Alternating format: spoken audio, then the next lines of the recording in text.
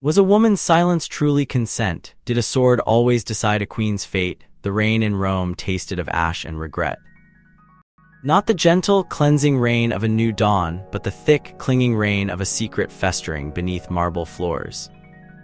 It wasn't just the rain that smelled of something rotten, it was the air itself, heavy with the unspoken, the denied. And it all began with a scream, a single choked cry swallowed by the opulent darkness of Tarquin's palace, Lucretia. The name was a brand, a scarlet letter etched onto the very fabric of Roman society. She wasn't a saint, not initially. She was a woman, beautiful, respected, and utterly, devastatingly vulnerable. A woman whose life, meticulously constructed around virtue and propriety, shattered with the brutal force of a Roman legionary's spear. Let's be clear, Sextus Tarquinius, the son of the king, wasn't a shy admirer. He was a predator, a force of nature cloaked in the veneer of Roman chivalry. He'd courted her, showered her with gifts, lavish silks, exotic perfumes, promises whispered in the shadows. She'd rebuffed him politely, firmly, a shield of dignity erected against his insistent advances. But Tarquinius, a man who believed power was a right, not a privilege, didn't accept no as an answer. He saw Lucretia not as a woman, but as a prize, a trophy to be seized and displayed. The details, as relayed by Livy and later by a meticulous scribe named Lydgate, are chillingly precise. A moonless night, a closed door.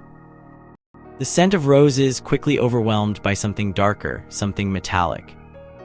A hand, cold and brutal, clamping down on her throat, not a desperate struggle, not a frantic plea, just silence, a terrifying, absolute silence. Lydgate, a man obsessed with the mechanics of morality, presented two versions of this horror. The first, a furious, almost theatrical account, painted Tarquinius as a monster, a man who'd violated not just Lucretia's body, but the very foundations of Roman law. He spoke of the great outrage, the breaking of twin laws, of a man who dared to treat a Roman citizen as a mere possession. He described Tarquinius's threats, a sword drawn, a naked man, a chilling declaration of intent.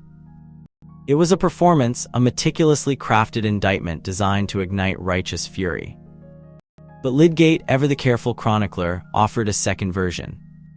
This time, Lucretia's lament wasn't a defiant roar of outrage, but a sorrowful, almost resigned plea. She spoke of the shame that would cling to her, the stain that no amount of beauty or virtue could erase. Her words were laced with a bleak understanding. Diffamation wasn't a problem to be solved, it was a sentence, a permanent brand. Her choice wasn't a heroic defiance, but a grim acceptance of her fate. She chose to die not as a warrior, but as a victim.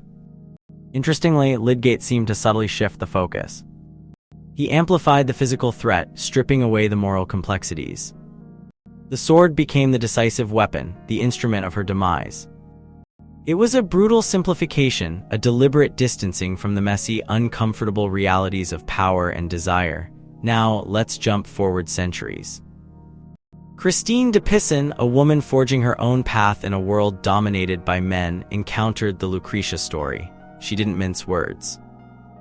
It greweth me of that many men say that women wold be roished, and that it displeaseth them not though they say the contrary with their mouths.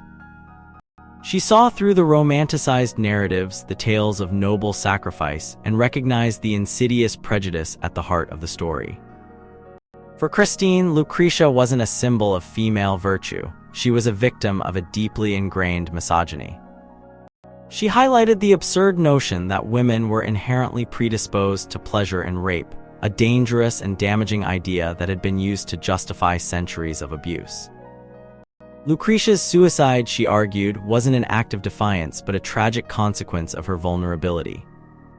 And then there's Jean Lebel, a chronicler with a penchant for dramatic embellishment and a distinctly political agenda. He wove the Lucretia story into a tale of royal betrayal, a calculated smear campaign against Edward III.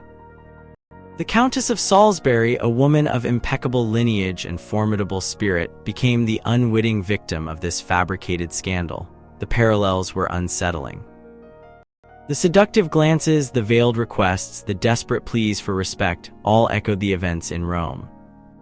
The Countess, like Lucretia, refused to surrender her honor. And like Lucretia, she was brutally silenced, her fate determined not by her will, but by the overwhelming force of a man's desire. But here's the twist. La Belle's narrative doesn't end with a tragic suicide. Instead, it culminates in a trial by combat, a brutal spectacle of violence designed to restore honor and settle the score. The Countess, rather than choosing death, faces a champion, a warrior who will fight on her behalf. It's a jarring shift, a sudden injection of masculine energy into a story dominated by female suffering.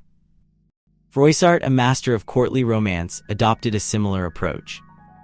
He presented the rape as a violation of honor, a transgression that demanded retribution. But even he couldn't escape the shadow of Lucretia. The Countess's silence, her desperate pleas, the chilling details of the assault all served as a haunting reminder of the Roman queen's fate. The story of Lucretia, it seems, wasn't just a tale of a single horrific event. It was a mirror reflecting the anxieties and prejudices of each era. It was a weapon wielded by chroniclers and playwrights to expose injustice, to condemn tyranny, and to explore the complex and often contradictory nature of female experience. What truly lingers is the unsettling ambiguity. Was Lucretia a victim of circumstance, a pawn in a power struggle? Or was she, in some fundamental way, responsible for her own fate? Did her virtue make her a target, or did her refusal to submit contribute to her downfall? The answer perhaps lies not in a single interpretation, but in the recognition that the Lucretia story is a tapestry woven from multiple threads of violence, of shame, of honor, and of desire. It's a story that refuses to be easily categorized, a story that continues to resonate across the centuries, challenging us to confront the uncomfortable truths about power, gender, and the enduring legacy of rape. And finally, a question for you. If a woman chooses death rather than submission, is that a victory or a defeat?